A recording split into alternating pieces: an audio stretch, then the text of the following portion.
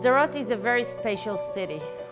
Think about people who live almost 30 years in a war, and you will come to Sderot and you think that you will enter to a war zone, and you will see a beautiful city and beautiful people that smiles all the time. 200 מטר מפה יש קיבוץ שנקרא ניר-עם, 500 מטר מפה יש קיבוץ שנקרא ארז, מקומות שהיהדות הרבה פחות מוכרת שם. פניתי אל האנשים האלה בקהילה של הקיבוצים, ואמרתי להם, אתם רוצים שנעשה כל מיני פעילויות שקשורות ליהדות, לחגי ישראל, לבר מצווה, והופתעתי לראות שמה שאני מציע אומרים לי כן, אבל הבנתי שיש פה איזו אי הבנה, משהו התרחק ולא נכון, נכון יותר לאחד אותו, נכון יותר לקרב קהילות, לאחד אותם, לדבר על הערכים המשותפים של ציונות, של יהדות, ולעשות את הפעילות הזאת ביחד.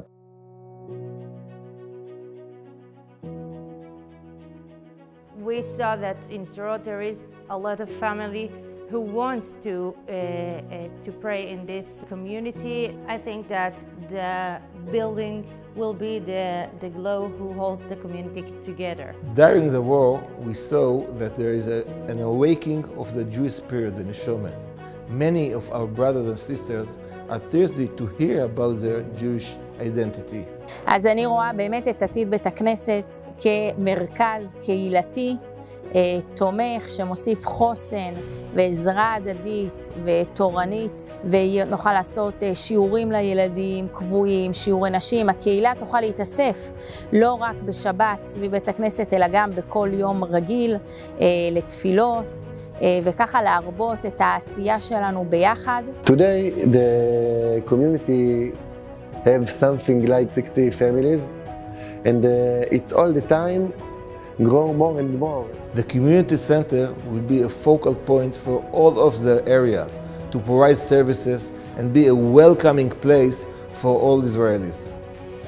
I believe that the fact that we live here, in my little home, with my children, with my community, in my city, it's protection of every Israeli that live in the country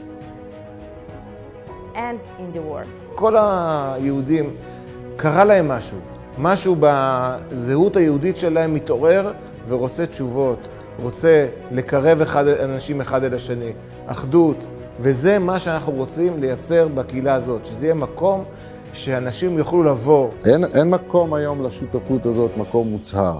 יש המון שותפים, כולם רוצים את זה, אבל בסוף אתה צריך איזה מקום שהוא ציבורי ואינטימי מצד שני לחיבור הזה, החיבור האמיתי הזה שהולך ונרקם פה, וצריך מקום.